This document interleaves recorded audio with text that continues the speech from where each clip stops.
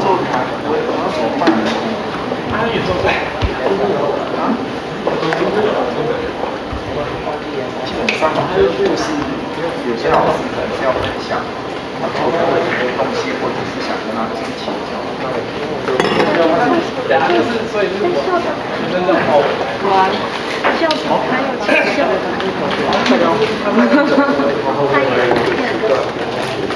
我知道啊，是被恐惧，被恐惧要忘记。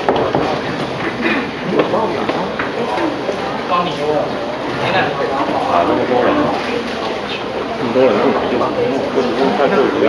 那龙光有做，我们就你所愿，我现在过来不会的，这癌症的经得起。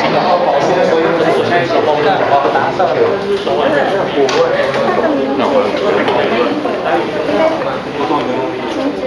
对，家里收音的。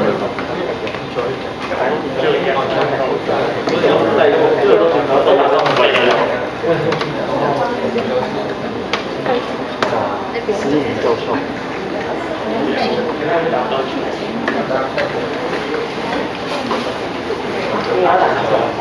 那个慈济大学有讲到，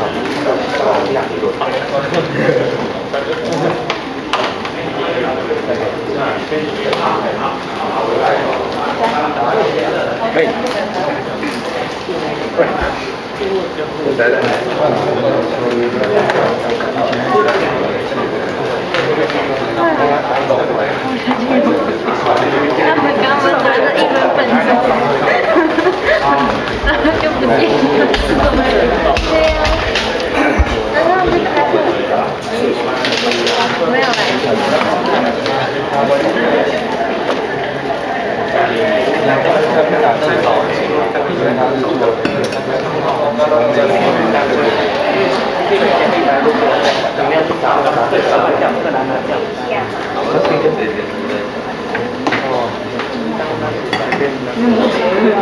放个渠道，退球。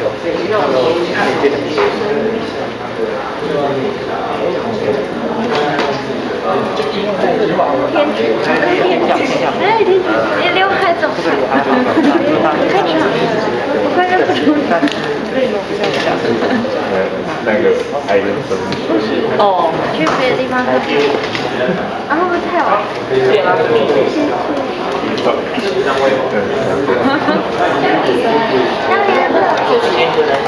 那旁边是坤瑞的。你有没有坐这？我忘记到了。没有啊，不是。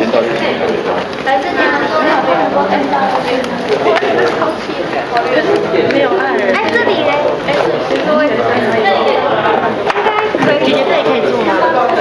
可以坐。哇，超级可以。耶。不好意思，谢谢。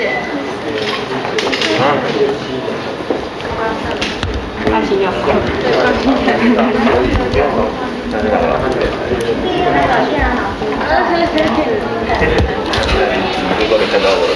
我帮你拍吗？变得很直哎。是流淌的吧？是流淌的。反正你老拍的，然后你去看低脂烫的。来分享吧。还没有新接起来的。不啊，不过我们分享。还有光子。然后你跟我讲说饭，李玉婷跟那个思维都说饭。不行，我还是打算。我喜欢顺顺的，我喜欢顺顺的感觉。哦，这样就非常顺。非常。应该很要顺。我觉得我这样还不错啊。不行，一天要跳起来。这就是我要的生活。哇，你要这种。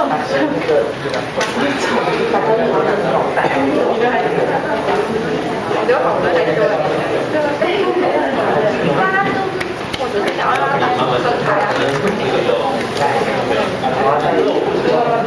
他们就这样，然后就放弃。后来老师也同意。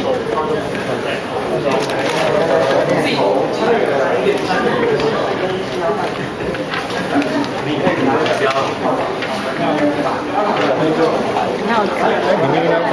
那边会做的，很想过来。不要去找监听来？你的监听这边有排的监听，你要直接打到那边，但是我记得悟空里面有那个直接打发对。对啊，这真的好来服务员。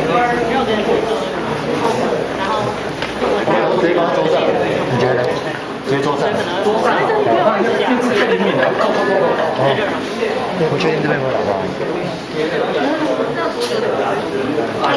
你觉得？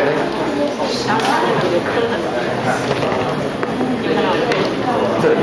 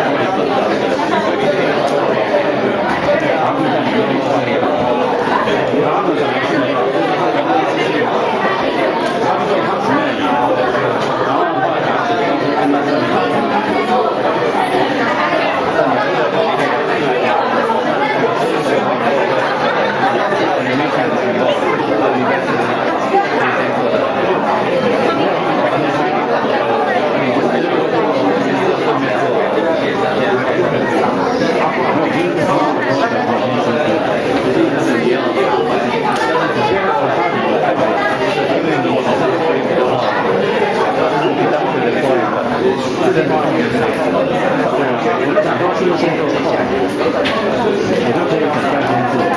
那你也可以去做放在一下一点。你是不是怕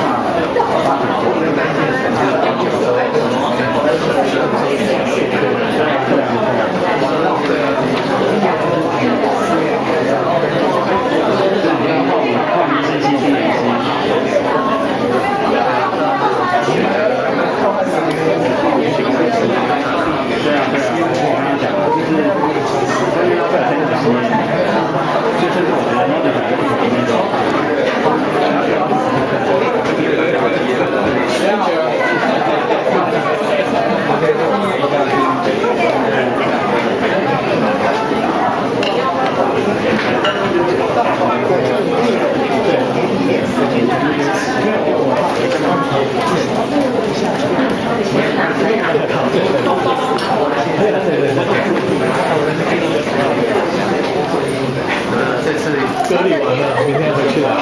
隔离完，那你这样明天回去还要再隔离？不用打了，已经打过疫苗了。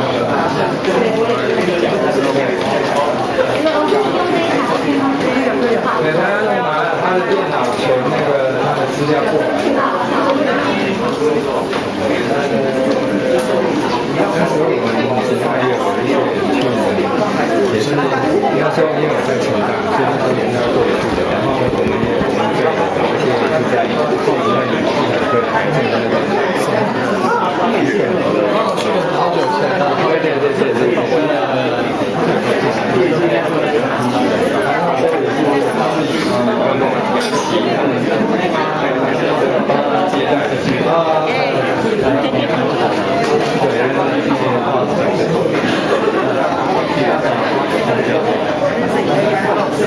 这没有接到，那你现在还是要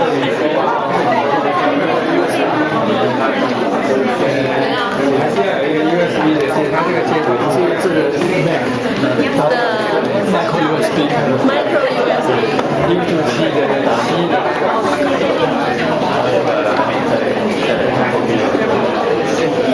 需要那个没有新的 Mac 吸它吸的。我就一秒给他好，一秒我这边是啊，我也没有，这个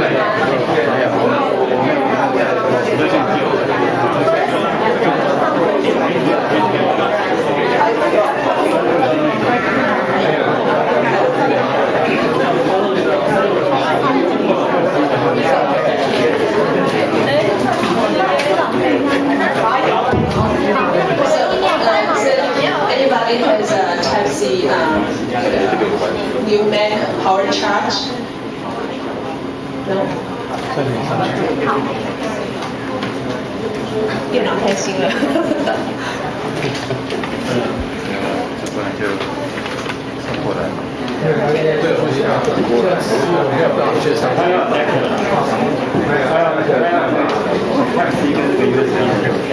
我现在寄email看看。对，我现在先连上 WiFi。慈济都没有密码，不需要密码。对，但是全部对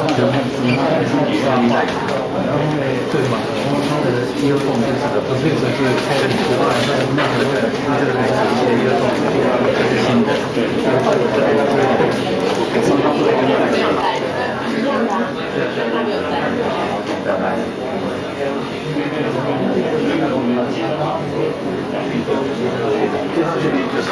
是我的账号。等一下，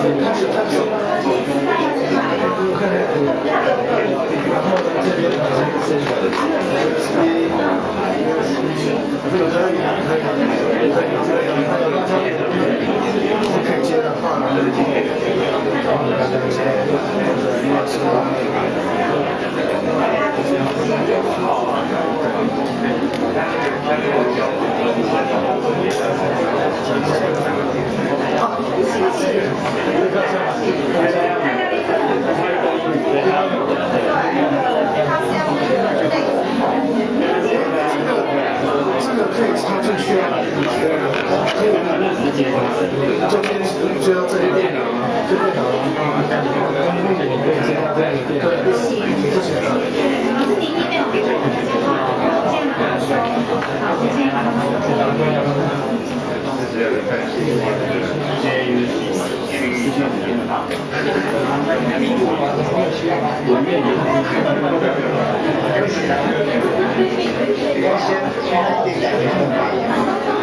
对，今天刚好那个数位出现中40个比较我用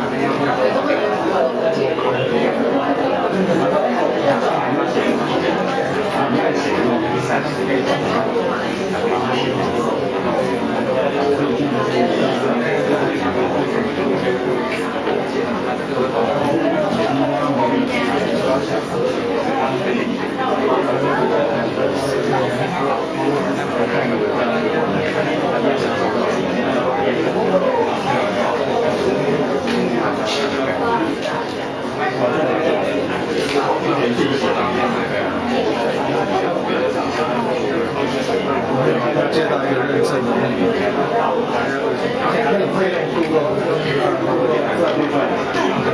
？5、7、9、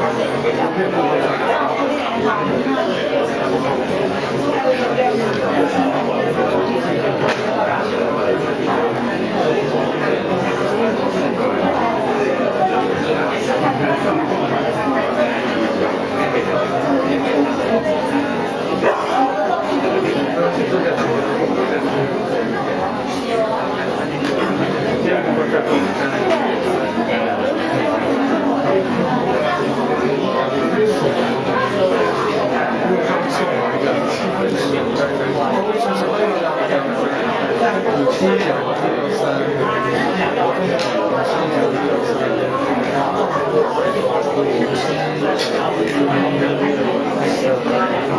他已经被收到email，要不要去查？要把它当作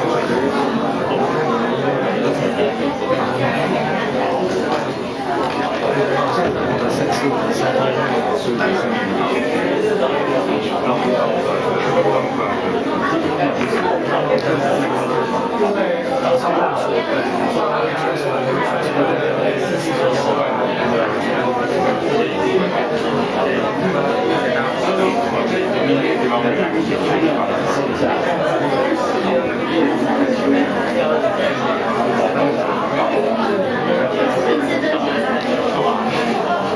是我们业绩在一圈前，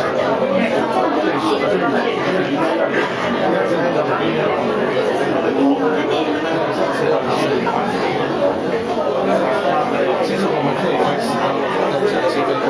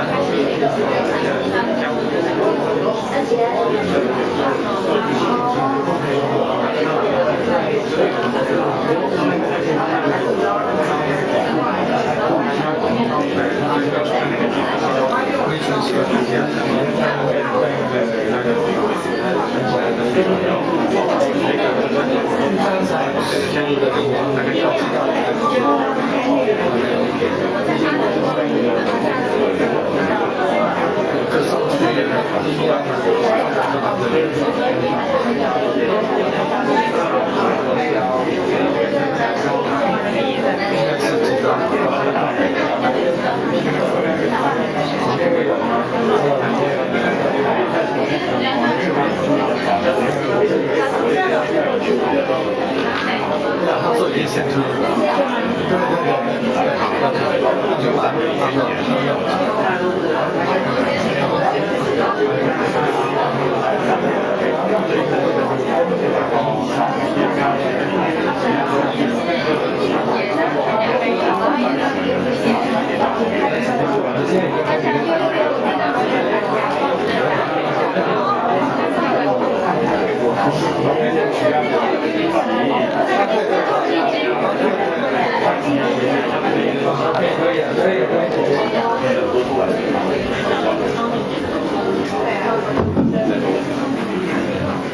Okay, good afternoon, everyone. Today, we are very happy to have Professor Shi Yiming from Johns Hopkins University here visit TCU.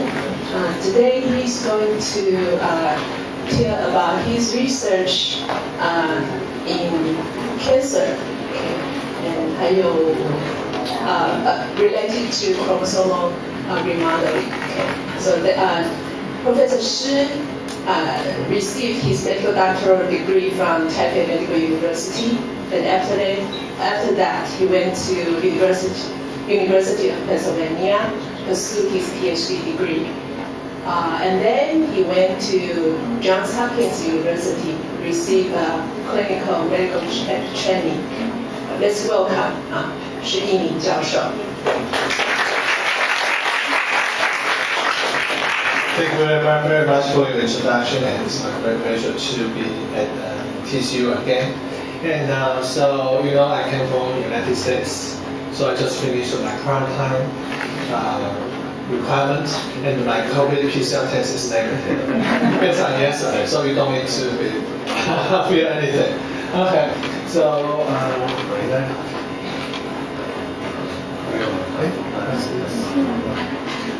So today I'm going to share with you about our recent research advancement, and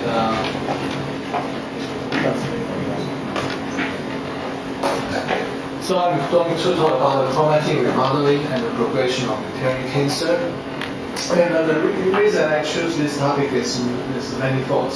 One is the chromatin remodeling. I think it's a new paradigm in many biological perspectives and disciplines, especially in cancer research. Okay, so this is just introductory slides, and probably many of you have heard about and read about this book, very uncommon book by the Thomas Kuhn, and the book is The Structure of Scientific Revolution.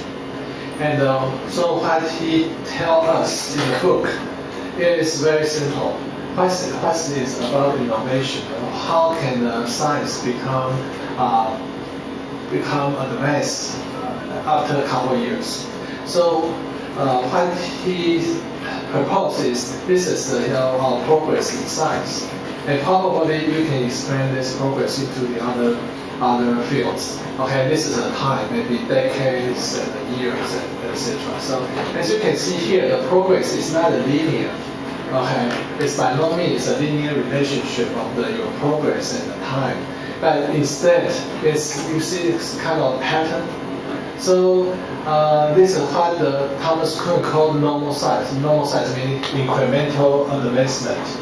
Okay, you publish in this journal and this journal, and of course you accumulate the knowledge and insights. But it's not sufficient to drive any breakthrough, which we are looking for, right? So this is called so-called normal size. So this is also normal size again. So normal size, when you come to a point where you hit a wall, then you cannot further advance. And then the scientists develop so-called crisis of confidence. Okay, for example, you based on this theory for many years, and then you work on that, and it seems to work because your research findings and results support of this kind of old hypothesis. But by no means you cannot just break through. There's no breakthrough. Okay, so you create this crisis of confidence. Then you need to think about paradigm shift. Is there any possibility that our original hypothesis is totally wrong, or we need to modify it? As a result of paradigm shift, we create a new science. So the new science, you see this exponential growth of the progress. Then after the new science, then it's autopilot again. So the progress has become normal science until the next round of the paradigm shift. Okay, so this is probably is the case for every field. So what Thomas Kuhn said is when puzzles arise that repeatedly resist solution, a crisis of confidence occurs. During a crisis, a paradigm is subject to testing and might be rejected. If that occurs, a new paradigm replaces the previous one and the scientific evolution has occurred. So today what I'm going to tell you is maybe can be considered one of these new science, which is a chromatic remodeling. So in the past, we think DNA is very linear. We have ATGC, we have a coding region and a coding region, we have the coding RNA that regulate the gene expression, DNA repair, etc. Everything is linear, but our DNA configuration rearrangement is by no means is 1D. Okay. It's not only 2D either. It's a 3D because the chromatin can be packed very efficiently and dynamically into a very small nuclei. So the DNA, if you stretch any single cell of your DNA, is about 2 meters long. It's longer than my height. Then these 2 meters of DNA, like a string, they need to fit into a very small nucleus, maybe only 5 or 8 micron. So the arrangement is very important because DNA need to replicate, DNA need to repair their errors, DNA need to be methylated, right? And also express the genes. So the chromatin need to be open and become condensed or closed all the time, depending on different functions. Okay. So back to maybe more than 10 years ago, so our team is involved in identifying ARY1A, which is a chromatin remodeling gene. Before that time, we don't know anything about chromatin remodeling and cancer. So there's 2 papers that published at the same time, and we found this ARY1A mutation occur very frequently in a lot of human cancers, especially in gynecology cancer, which is my expertise, especially in ovarian clear cell, in ovarian uterine endometrioid, ovarian endometrial carcinoma here. It's about the mutation frequency can be as high as 40 to 50%. So ARY1A become very hot research topic later on. It just become another P53 in cancer research. So chromatin remodeling, as you know, when you you took the lesson of the biochemistry, and you will know what is this structure. Anyone want to say what is this structure? Yeah. Nucleus, right. So it composed of 8 different units of the histone molecule, right? So DNA is read by 2 and 5 times. And so the chromatin remodeling, for example, this Swiss chromatin remodeling complex, which is a really huge multi-protein complex, they can have ATPase and use ATP as the energy to move the nucleosome apart or move them together, or even they can eject the nucleosome histones. So in that way, they can create the histone without too many, create the chromatin without too many histones. And so this openness is important for DNA transcription, methylation, and replication, etc. So it plays a very pivotal role in basic cell biology. So this is from next year science paper. They do the structural biology to identify the Swiss knit chromatin remodeling. There are many different complexes, okay, but Swiss knit is one of the largest, and AR1A is one of the major constituent protein. And so it's really complicated. I don't need to go over this. So you can really move the DNA into different computation and configurations. Okay. So back to our research. So in AR1A, we found out this is endometrial carcinoma. So you see, if you see red, meaning that it's a mutation, and this mutation is always deleterious mutation. Do you know what's a deleterious mutations? Meaning that mutation can lead to loss of the protein expression, and this is very typical for tumor suppressors. Okay. So as a result, and if you have a tumor with AR1A mutation, it's just loss of this expression. And you can see there's a stromal cells or lymphocytes, they are positive because they are still have one type AR1A. Okay. Now we focus on this endometrial cancer, which is a major type of the AR1A mutated cancer types. And also in uterine carcinoma is the most common female cancer. Even in Taiwan, it's not cervical cancer anymore. Maybe Professor Chu can correct me if I'm wrong. But basically, endometrial cancer, the incidence is rising very sharply because of the obesity epidemics or other nutrient factors and other microbiota, etc. But basically, uterine carcinoma has two types. I think in your basic pathology course, you must have take this kind of lessons and probably in your examination. Okay, type 1, type 2. So type 1 is so-called endometrial carcinoma. Type 2 is serous high-grade carcinoma. So AR1A mutation only occur in type 1 endometrial carcinoma, but extremely rarely in type 2 serous carcinoma. So I just want to focus on the endometrial carcinoma here. And you can see the endometrial carcinoma can arise from the precursor lesion we call typical hyperplasia. Okay. They become the endometrial type 1 carcinoma. For low grade, can further become high grade.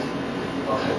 So basically, in uterine cancer, most common presentation is abnormal uterine bleeding in postmenopausal women, but nowadays we can encounter many women before the menopause.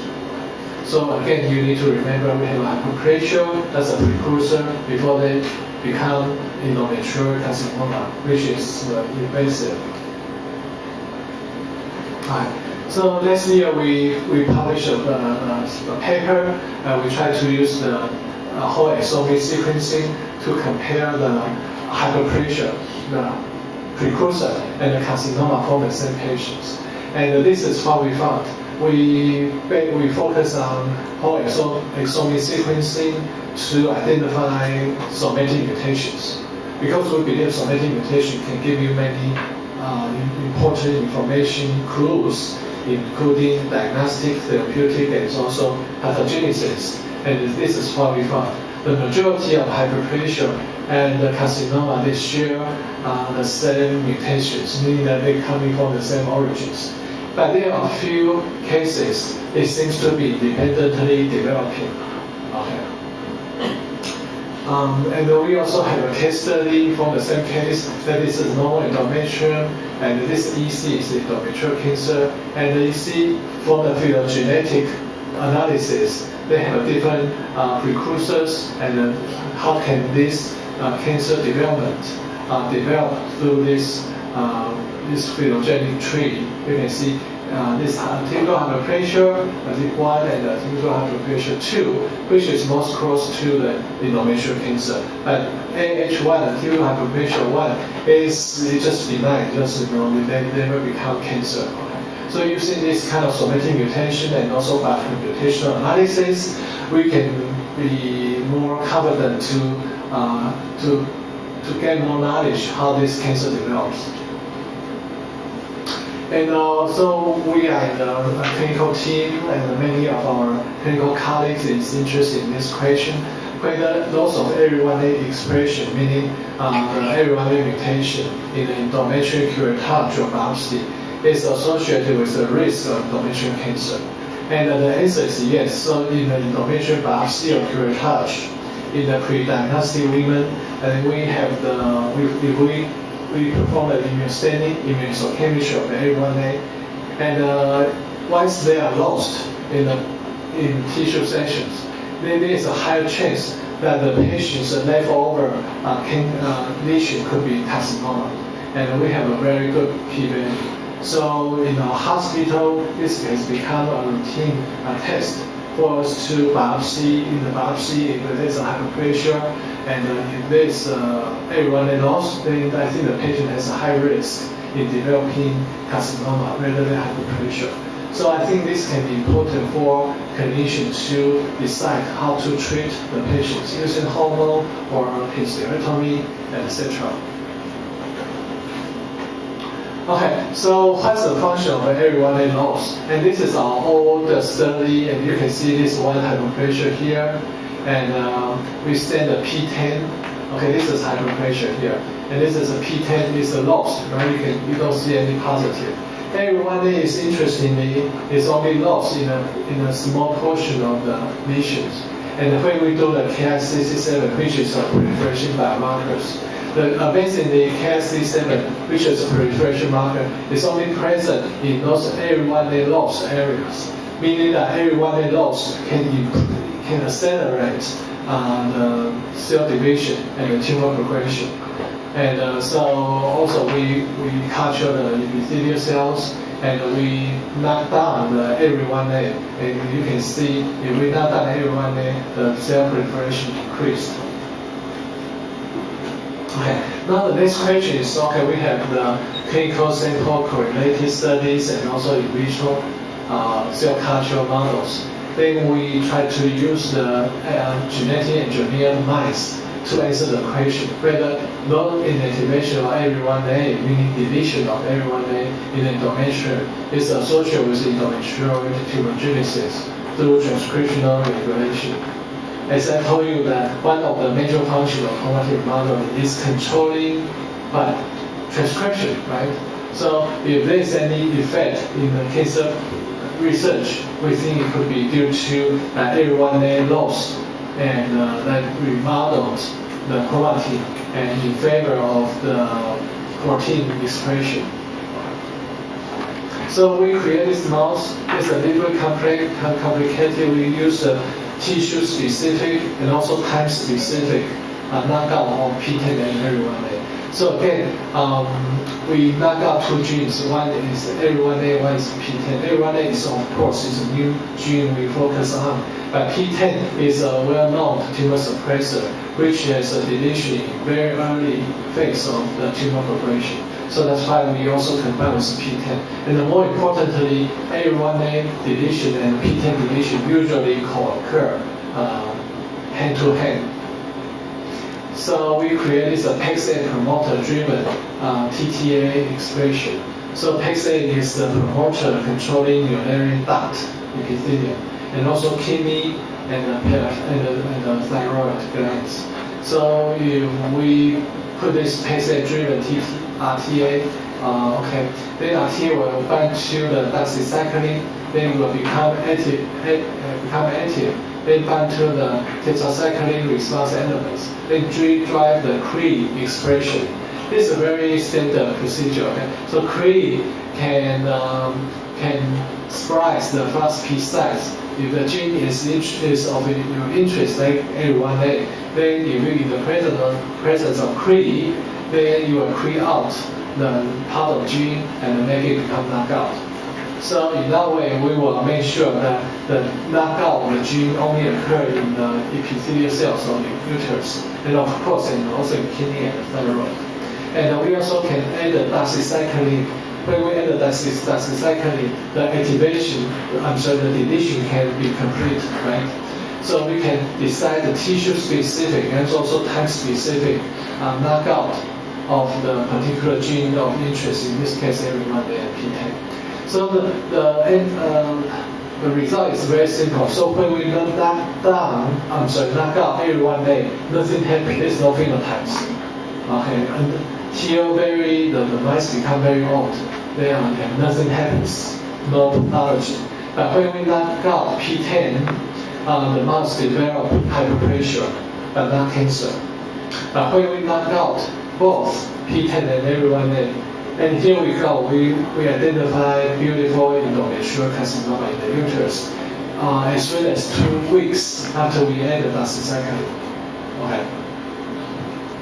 So this is the data to show you. This is the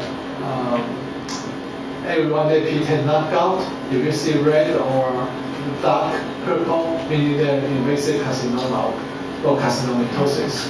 ARY1A knockout only, nothing happens. P10 knockout, we have atypical hyperplasia, but later on they develop cancer. But the duration is dramatically different between these two lines. And this is one example. So this is the uterus of the mouse, okay? And you see this ARY1A P10 combination. And as a result, they develop big uterus is full with endometrial carcinoma, and this carcinoma spread to the peritoneal wall and the lymph node, etc. So this is the ARY1A without knockout, only P10 knockout, the uterus. So the mouse uteri has 2 horns, now only 1. Okay. And this is both ARY1A P10 knockout. You can see there's a huge uteri full with tumor, and this is only P10 knockout, ARY1A wild type. So we have 2 cases to show. And so this is 2 weeks after knockout, meaning we added doxycycline. And this is the uterus histology. This is a muscular layer, myometrium. And 2 weeks, you can see this is a small bump. This meaning that endometrial cancer developed. Okay. Then after 6 weeks, the tumor invades through the muscular wall and infiltrate into the surrounding fat tissue, meaning it's a high-stage disease, only after 6 weeks. And this is another case. So this is, you see, this is 2 weeks, just have in situ lesions. But after 6 weeks, the uterus is just very, very abnormal. And under histology, they are endometrial carcinoma. So this just shows you different stages of tumor progression in this mouse model. And one thing I need to mention is that we culture this ARY1A mouse model, and we establish the cell line. And when we put the ARY1A back to this ARY1A knockout endometrial carcinoma, you can see that reduce the proliferation and also colony formation assay, meaning ARY1A is a tumor suppressor. Then, as compared to human histology, as a pathologist, I can tell you that this ARY1A P10 deletion mouse we call iPad is induced P10 ARY1A deletion iPad. Okay. So you can see they are invasive. They have this undifferentiated area or squamous metaplasia or angiolymphatic invasion, very similar to human endometrial cancer. But not only that, we do the transcriptome profiling, and we find that this iPad, meaning ARY1A P10 deleted mouse tumors, its transcriptome is very close to human endometrial cancer, but it's very different from the other human cancer types. Meaning morphologically, clinically, and gene expression-wise, this mouse model is reminiscent of human diseases. Okay, this just show you how this mice work. So if you have an extended housing these mice, they will die from their cancer. So this is a survival curve.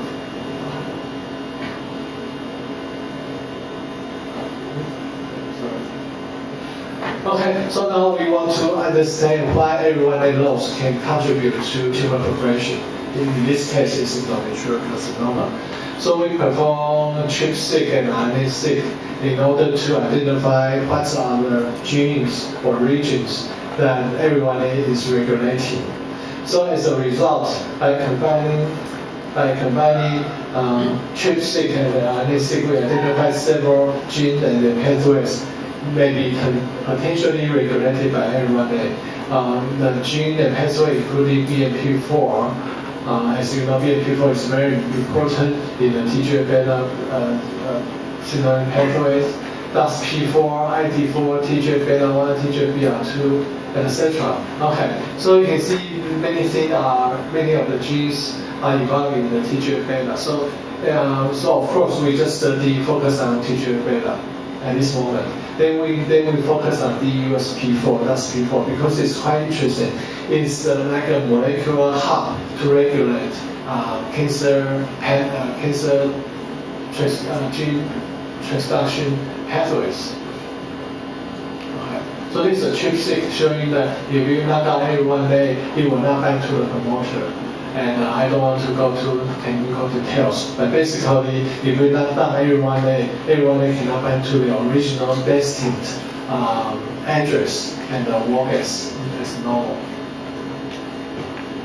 So we also try to use a knockout of BRG1. BRG1 is anti-paste, but usually it is in the Swiss NIP complex with A1A. And so we also knock out BRG1 and everyone into RNA-seq and ChIP-seq. So taken together, I think this published last year. So if you need the information, I can send to you. But basically, this slide shows you that when the A1A wild-type chromatin remodeling complex, they can bind to their specific site. So we identify the consensus sequence of A1A binding site. It's like TGA, T, probably C and A. Okay? And so if we knock out A1A, so the Swiss NIP complex did not have A1A, what happens? It still can bind to DNA, but now it binds to different regions of chromatin. Okay, because they don't have A1A to find the address anymore. As a result, they still can do the chromatin remodeling, but it's quite different for A1A wild-type Swiss NIP complex. Okay, so this is using the computational analysis, we know what's the binding sequence of A1A. Okay, so as I told you that many of the candidate genes are involved in TGF-beta pathways. So we try to focus on these ancient and very old, well-established pathways. And the answer is yes. Okay. So basically, you can see there's a TGF-beta receptor binding promoter, and everyone bind to this promoter enhancer regions. So when A1A is wild type, the promoter of TGF-br2, and the promoter will become more opened. And as a result, the transcription machinery can work on the promoter and make more this TGF binding protein. Okay. And we also, because TGF-beta is important for many cell biology processes, including what? EMT, including tumor invasion and the migration, and etc. etc. Okay. So basically, we are not particularly interested in TGF-beta because it's well known. At least we can connect A1A to TGF-beta. So that's why we published it last year. And we show that A1A knockout, the cells are more motile because they have more motility. And also invasion capacity is increased using many different types of assays, including accelerogens and heavy basic healing assay, or the real-time imaging cell localization analysis. Okay, so we know that TGF-beta may be important in everyone pathways, right? So we applied this drug called gedosidenib, meaning it's a TGF-beta pathway inhibitor So this in the city we apply 75 milligram per kilogram to the mouse, and we find that we can inhibit this AR1A deleting induced cancer. But you may ask, then can we use this drug to treat human? Probably this is not the time yet, because this drug is still under experimental studies, and the problem this drug is very toxic. So there is no good drug yet to target TGF-beta. Although TGF-beta pathway is one of the most well-studied pathway in human cancer. Okay, so as I mentioned to you that we identified several TGF-beta related, but this one is quite interesting. It's a DUSP4. DUSP4 is a dual phosphatase. Okay, so you can dephosphorylate many phosphorylated protein. Okay, so it's US is meaning a specific phosphatase, meaning any phosphorylated protein you can remove the phosphate group. So DUSP4 is a well-known signaling transducer that can control MAPK pathway. Probably many of you have known this pathway, right? MAPK, mitogen activated protein kinase. And there are three big families. One is ERK, ERK1, ERK2. The other one is P38. And the third one is what? Yeah, right, very good, JNK, right, you are very good. Okay, so we study the command chip. So this is DSP4 region, and you can see we compare A1A wild type and knockout, and to see the chip-seq beta BRG NAPO2, which is involving in transcription, and also with activation mark or suppressor. This is a suppressor mark. This activation mark. And we found that this enhancer of DUSP4 may be regulated by AR1A. And actually, this is a case, as you can see here, that we applied the immunohistochemistry of AR1A and DUSP4. And so this is AR1A wild type. So AR1A wild type. You still can have DUSP4 in the nucleus, right? Okay. But in AR1A knockout uteri, the epithelial cells, you see negative for AR1A, right? And they also lose DUSP4. And this is only one case, but we do it's statistically significant. And also the AR1A meaning, and also AR1A, the H4 DUSP4 is greatly reduced as compared to control, which is A1 type AR1A. And the process neither stops, meaning we knock out the AR1A, and this is not knock out. Okay, so this is another case. Okay, to show the cancer, if you have AR1A knockout, you don't have DUSP4. In contrast, in this cancer, you have a AR1A, then you have a DUSP4. So I think it correlated very well. And we feel very excited about this because we know this P4 very well, and by now we know AR1A very well. So we combine, okay, we link AR1A chromatic remodeling and this signaling transduction mode. So I can keep telling about this is the fact, but also I did not show you is we also do the immunohistochemistry of the phosphorylated ERK1, ERK2, phosphorylated JNK, phosphorylated P38. We show the same thing. Okay, if you have AR1A knockout, this kind of MAPK phosphorylation decreases dramatically. So we feel more confident that AR1A contribute to tumor progression in uterine cancer is partially through the TGF-beta pathway we just mentioned. The other one could be through the DUSP4. Okay, so this is the hypothesis, as you can see here. Okay, you can see. Okay, so this MAPK from the receptor tyrosine kinase. After ligand binding, they transduce the signal from the KRAS, ERAF, MEK to ERK1, ERK2, which is then going to the nucleus and to perform their transcription activities. And these are PK pathways, and so DUSP4 theoretically control P38, PJAK, and also ALK1 and 2.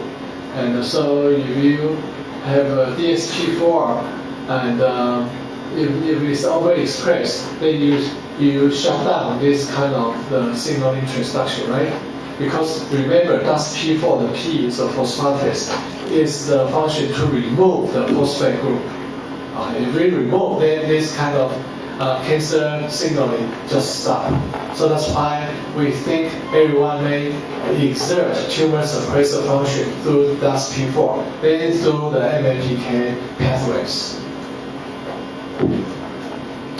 So actually, in our analysis, we all know we find that TGF-beta and DUSP4 is important, but IL-6 is also very important.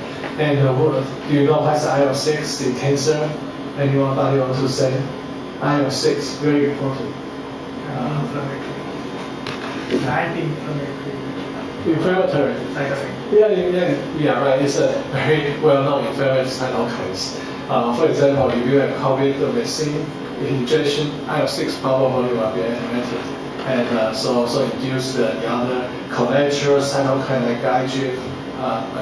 like TGF-beta, TGF-alpha, IL-1, TNF, and interferon gamma, and beta, etc. Okay. So this is quite important field. So A1A is like a boss. It can control many cancer-related mechanisms. Not only TGF-beta, DUSP4, but IL-6 and many others. So we are going to characterize those pathways in the future. So how about the translational research? Okay, we now know that A1A that is frequently mutated in human cancer and how it can contribute to tumor progression. Now, here is the question: how can we use this knowledge and we can benefit the patient, right? As a physician scientist, we always think about translational research. And so here is, we just published 2 years ago, and I don't want to go to details, but a paper showing that loss of A1A in tumor cells renders selective vulnerability to combine ionization radiation and the PARP inhibitor therapy. Meaning that, okay, PARP inhibitor, everybody know PARP inhibitor, right? Okay, good. Oh, we have expert here. That's great. And then because PARP inhibitor in GI cancer may not be, by single agent may not be so effective. Okay, we know that. Except the BRCA1, CA2 mutated cancer. But if we combine ionization radiation, well, we find it's dramatically effective, especially when the tumor has A1A mutations.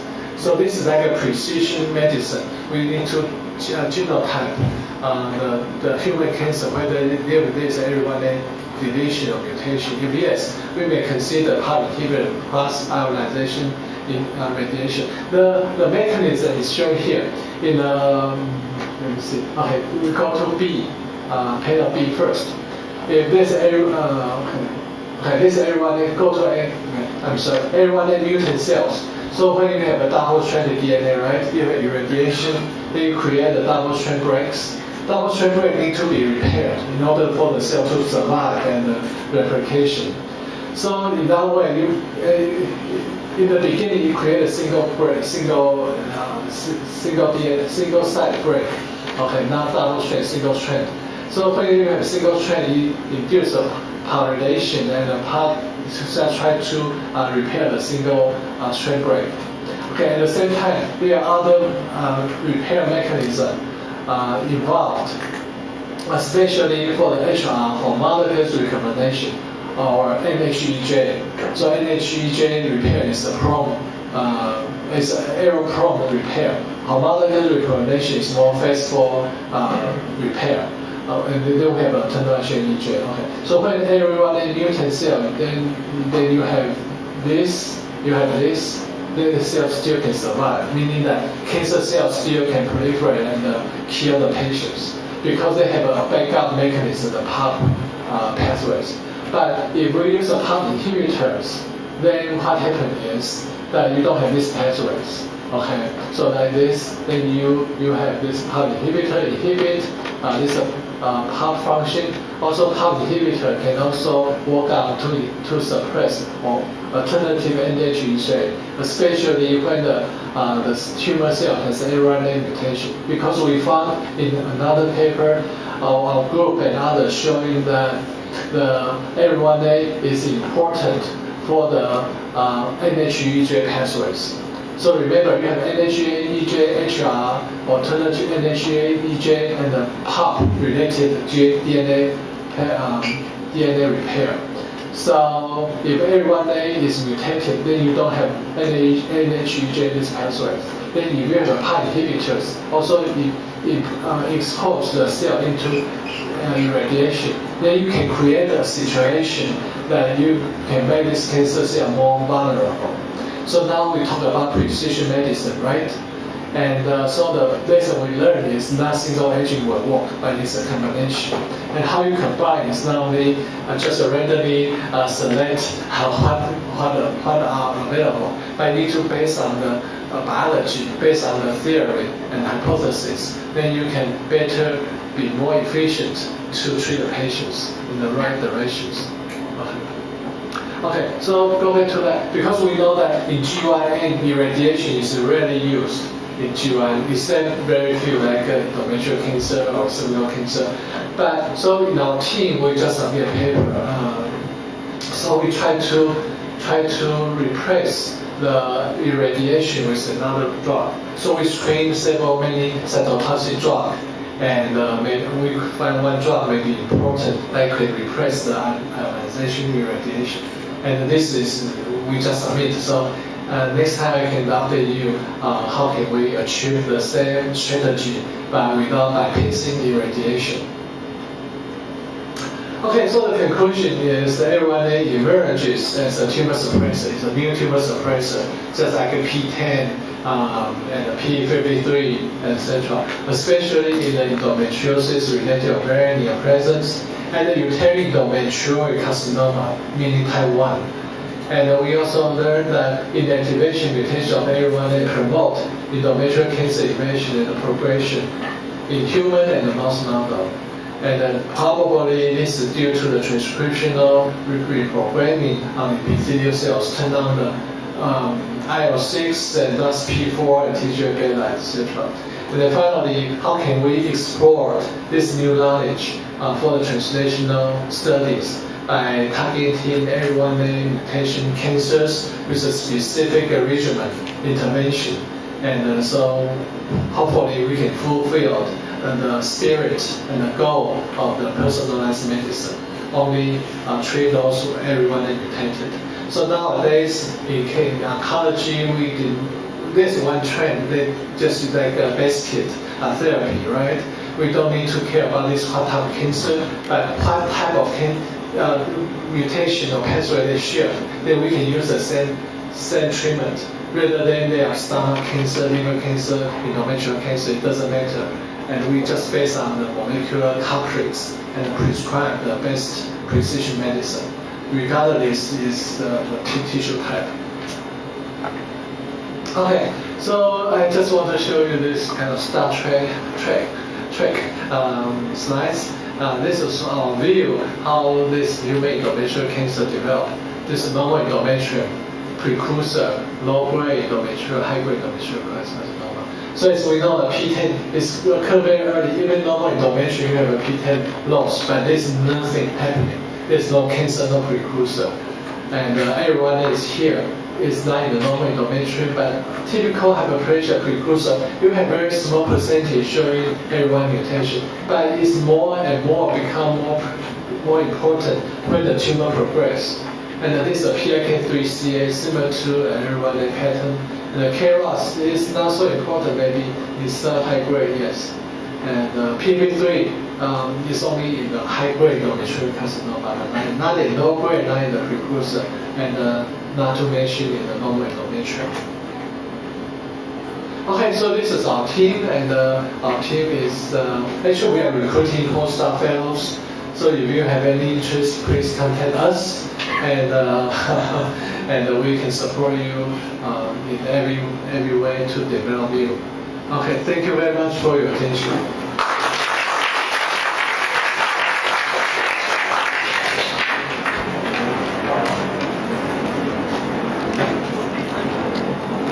So, any questions to me, and we can have a discussion.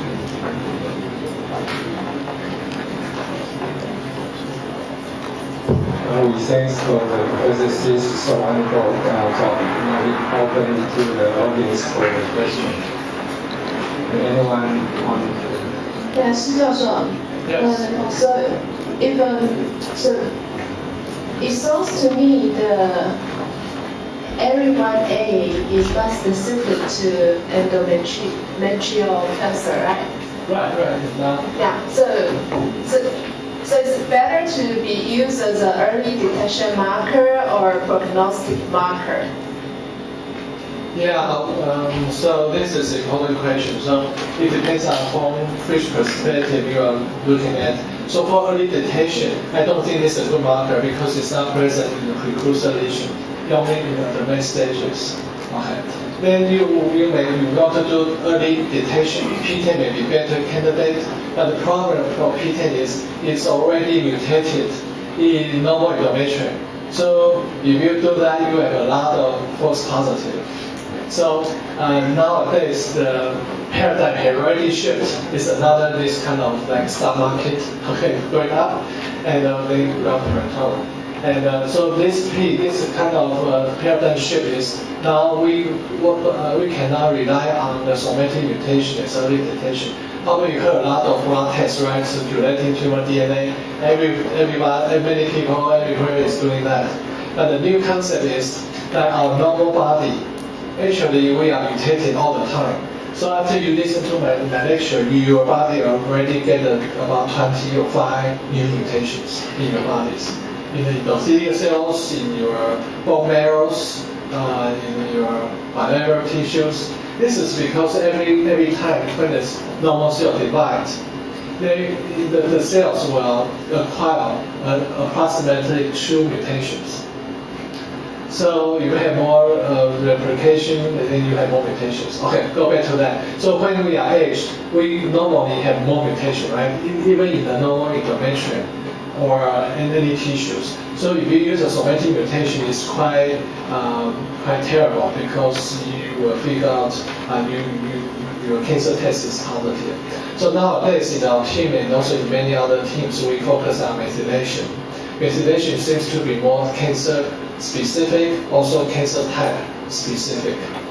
And so, for example, how can we? I did not bring this into the discussion today. Actually, another project we are working on is the early detection using the Pap smear, the thin prep. Just like when the women visit the GY doctors, annual Pap smear, right? So our Pap smear is now to detect cervical cancer because the incidence is decreasing. But we want to detect endometrial cancer and even ovarian cancer. And they are of the normal methylation profiles. And then we also apply the microfluidic, and actually the result is quite exciting. So hopefully I can update you in this topic next time.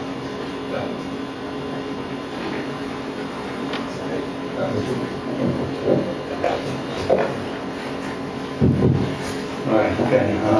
Again, Yimi always bring us exciting and surprise about the GYN cancer research. So this chromatin remodeling seems is an important key for tumor suppressor to access to DNA, also for DNA modification, including the repair systems. Okay, so you just presented a beautiful combination to induce DNA breaks by radiation. And then the endometrial cells or cancer cells has to repair those damages. So then this ARID1A Swiss-NAF modeling system played important role. Okay, so we just presented the single-strand break, double-strand break, phase excision repair, and the NHEJ as a double-strand break repair. NH non-homologous end joint, right? So that brings to the so-called synthetic diesel. When you inhibit the PARP enzyme, then the cancer cell die. But for those normal cells, it spares because it has still one system. Alright, so the same idea, is that also true for mismatch repair? Because, you said microcellular instability.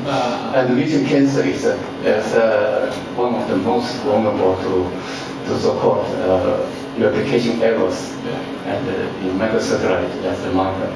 And also, does this ARID1A mutation is associated with RER, replication error or mismatch repair or not? If it is, it is a consequence or it could be a cause, because the consequence means ARID1A may have those repeat sequences will be vulnerable to replication errors, and if it's RER effective, then it could be a target of replication error. All right, and it also can be a cause because and the mutation, as I said to students, and the mutation is unique because it's keep on replicating on every menstrual cycle. So it's a tissue that creates mutation error mostly equivalent to GI. So replication error or so-called DNA polymerase epsilon subunit mutations, those are very crucial for the mutant cancer development. Then, how does this relate to this ARID1A chromatin remodeling? Thank you, Dr. Zhu Tayuan Jiao. I think this is a very typical question in journal submission. We always say it's about mismatch repair and ARID1A. So as soon as we discover these ARID1A mutations and many subsequent studies showing that ARID1A mutations always go hand in hand with mismatch repair. Yeah. So there's two questions at least. One is whether this is a cause or consequence, 因果关系. You know that ARID1A is a big protein, right? 250 kilodalton, and it's really big. So if you have a bigger genes, your mutation hit will be higher, right? By chance. Okay. So maybe this is due to mismatch repair because it cannot repair the DNA. And this ARID1A is a bigger gene, right? So you can easily get hit. So that's why you have an association. The other way is, no, this is because ARID1A has some regulation of mismatch repair, and it predispose the mismatch repair deficiency status like MLH1, MLH2, MLH6, etc. And so it's always very debatable. But I believe there's more and more evidence to show it's a cause rather than it's a consequence. But in our study, we try to answer this question very early on, but we still cannot figure out. For example, we knock out ARID1A, we have a lot of ARID1A cell lines and tissue, and we want to study the mutation load over the time. And we find this increase the mutation load, also friendship, but it's not statistically significant. But other people, they say, well, they find this really significant. So it depends on the cell line and the models. So I think this is still debatable, but I think this is quite important biologically. How these two different repair systems they crosstalk and merge together, and how can we exploit this kind of DNA damage repair deficiency to kill more of the normal cancer cells, but not the normal cells. So still, I don't know the answer yet. there anyone have another question? Students and questions?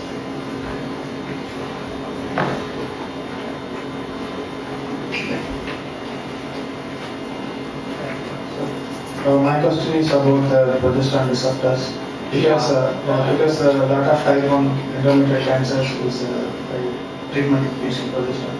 So in this moist model, the lesions with mutated ARID1 have a need relation with before PR, or if the combination with the ARID only and PTEN, the completely loss of the PR, how much the percentage of PR loss in the lesions? So your question is whether the PR status, PGR status. Okay, PGR is a progesterone receptor. For those not in the reproductive science, I think PR is expressed in whole GYN cancer and also breast. It's very important for the physiology and also cancer development. Okay, go back to your questions. Actually, in ChIP-seq and also by computational analysis, we found that one of the major hub that everyone they control is a PGR. And I'm just writing the paper now. So basically, the everyone loss can promote PGR loss. So this is really important questions because in many endometrial cancer treatment, right? Like Zhu Jiao know the best. Now, in the early stage or in the young women, we may not take out the uterus. We may treat the progestin therapy, right? Either by IUD or systemic form. And not every women will be responsive to progestin therapy. Maybe 70 to 80%, but still have some significant amount of patients did not respond to progestin. So probably is this related to everyone because you don't have PGR, then you have progestin, then you will not work, right? That's our intuitive thinking. But actually, when we study more and more, this is not so easy because we think the progestin effect is not on the epithelial cell, but rather on the stromal cells. How the progesterone therapy works is to destigmatize the surrounding stromal cells. And the stromal cell is their homeland for the cancer epithelial cells. So if the stroma is destigmatized, then the epithelial cell cannot survive. So it's really complicated. Not a single question can be answered directly. And so if you study more, if you figure out there's more and more questions. And so there's no questions, it's so stupid. Even experts will not know the answer. And the second question is about in your annual review paper, you mentioned about the prime metastasis of the endometrial progenitor stem cells during this lymphatic vessels. So is this ARID1 have any help for the prime metastasis from the progenitor? Right. So everybody loss can promote dissemination and invasion and metastasis. Is through many pathways, IL-6, TGF-beta, and etc. Right? So, and you mentioned the stem cells, cancer stem cells. Well, it depends on how do you define cancer stem cells. So, that field is really controversial, at least to me. And as a pathologist, how do you define cancer stem cells is really problematic. And it may be dynamic. It's not rather than you have real tangible cancer stem cell there, here and there, you can identify. But under the conditions, microenvironments, the cancer cells can convert into stem-like cells and become EMT, metastasis, then differentiate again. So, and everyone involved in this potential stem-like cells, we don't have any evidence, but that's the way to go. We don't find it in this focus. Thank you. Thank you.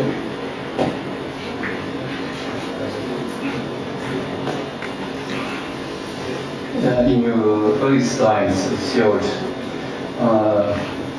ovarian cancer, clear cell carcinoma, has the most prevalent one mutations. But your talk today is innovation, which is also very important. So my question is, clear cell carcinoma of ovary is its origin is endometriosis of the ovary. We believe. Yeah, I believe it's true. Then the question is, then the original source should be endometrium. And then when does L1A happen in this pathway? Endometrium over to the ovary become endometrioma. Right. When does an endometrioma become clear cell? Yeah.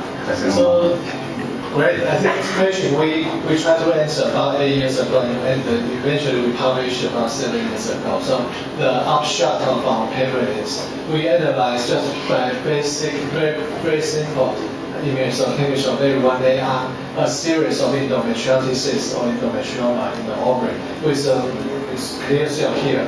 So we compare the cyst wall of the endometriosis, not cancer, and also the clear cells. And we find that everyone that loss in the clear cells has also occurred in the normal appearing endometriotic cyst epithelium. Not only this, PIK3CA mutations and also happen this way. So meaning that the mutation occurred before the clear cell carcinoma is formed. Yeah, so I think some endometriotic cysts, they lose everyone, they get a PIK3CA mutation, may be prone to become clear cell carcinoma. Yeah, so this is our the right answer. Is there any question? Please. Professor, very nice. Very happy to see you again in慈济University.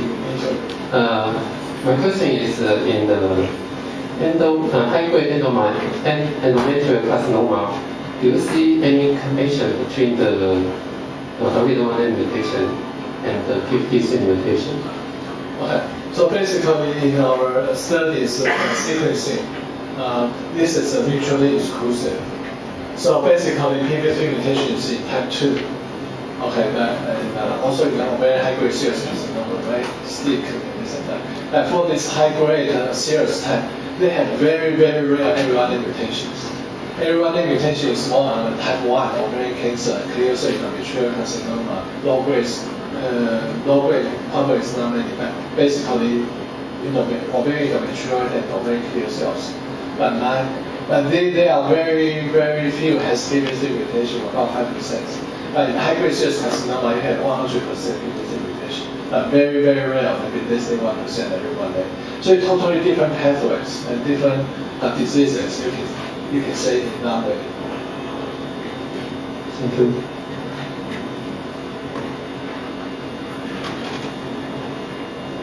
Professor, I saw that even KRAS and PIK3CA are associated yearly, but why did you choose only the loss of detail along with IF1A?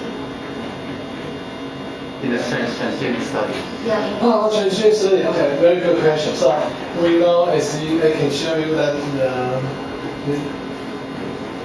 this picture, right? So we know this, and you want to create a mouse model. Maybe this is a good quiz. Okay, you understand? And which combination you want to do? You have a different way, right? But if you give our questions, my question is to understand the tumor initiation. Then of course I need to choose P10 because P10 is, you see the more about 70 to 80% has a mutation, right? It's a basic, 基本款, okay, basic. Then you want to be a PIK3CA already have been reported, I'm sorry. KRAS has been published. So then everybody we discovered, and of course we want to have everyone there. Then why we want to P10? Because it's obvious it's the most common and the most early. And that's why we choose this one. And not only this paper, we also published in JNCI many years ago. We also do the P10 knockout and L1A knockout in ovarian bursa, ovarian surface epithelial cells, and we can induce endometrial carcinoma. At the same time, there's another group. They knock out L1A and the PIK and the knock in PIK3CA mutation. They produce clear cell carcinoma. So different mutation profile can promote different type of cancer development.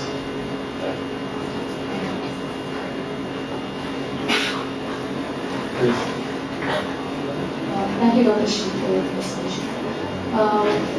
My question is, as Dr. Chu explained, every month when women undergoes menstruation cycle, so because of rapid proliferation, Yeah. the mutated cells get shed every month. Yeah. So why do you think that cells with ARID1A or P10 or these kind of mutations survive? Why do you think? Survive. Not sure. I'm not sure. Not shedded yet. Oh, okay. Actually, we don't know whether they are not shedding or yes or no. Okay. So this is, you are talking about the stem cell for the information. Okay. And so we don't know where are the stem cells. And the most easy guess is in the basalis, based on that, which is not repressed every month. Is okay. So it preserves maybe the stem cell over there, right? Okay. So every month when you have menstruation, you get rid of the chromo derivative of the KRAS or every-1A or PIK3CA chromo, you get rid of it. Then another month, the stem cell produced, right? So the question is, if you want to make a cancer, you need to have at least 3 cancer mutations. So if you have only one single mutation, then maybe KRAS or PIK3CA everyone is not sufficient. The epithelial gland is totally normal and they are not proliferating at all. It's just nothing happened to the glands because of one single one. But if you recycle it more and more, okay, then you get trouble. Some of them, maybe 1 out of 10,000, they have 2 mutations. But that's still okay. But when you get the 3, unfortunately, then you get trouble. You become hyperplasia and tumor progression becomes cancer. So everybody have a PV3 mutation, you know. I think I don't have evidence. But you will not get cancer. And believe me or not, you will not get cancer unless you are so unlucky to get 2 or 3. So this is my mentor, Bert Vogelstein. Probably you heard about the name. So he called the cancer is a unlucky disease. It's just when you get cancer, when you're unlucky, that's it. It's not because you eat or you do something else. So that's theory. Copy science and this and that, and generate another CNN report, and many people take. But what he wants to say is biased by the media. He wants to say that if you get cancer, any type of cancer, you don't need to feel guilty. It's just by chance. Just like you draw lottery, you win a life lottery. That's it. So you don't need to feel guilty. You need to pursue active consultation and the treatment. And you need to live outside this kind of cancer shadow as a metaphor. And that's why he said. But actually, this applied to here is beautifully illustrated. Single mutation, 2 mutation will not make any case. Yeah. And we have a lot of mutation. But what we can do is prevent this accumulation of mutations. Like menstruation is a tumor suppressor because it gets rid of 90% of the gland epithelial cell, right? Then you regenerate. You may not be so lucky or unlucky. They also escape from immune system. Yeah. Also, immune system play into this equation is also very, very interesting. And also, everyone that I tell you is one of the phenomena in microenvironments increase the MDSC, myeloid-derived suppressor cells. In this everyone that mutated cancer. It's associated with this immature neutrophil. And this immature neutrophil, MDSC, can suppress the immunity. So that's why cancer can escape and can grow bigger and bigger. So that's why we are still working on MDSC. Okay, due to the time, we thank the Professor Xu giving your special, wonderful talk. So let's thank again. We're giving applause for the Dr. Xu. Thank you. So later still have a panel talk. So if you have interest in, you can stay. But after the 50. Okay, so we'll give you Professor C.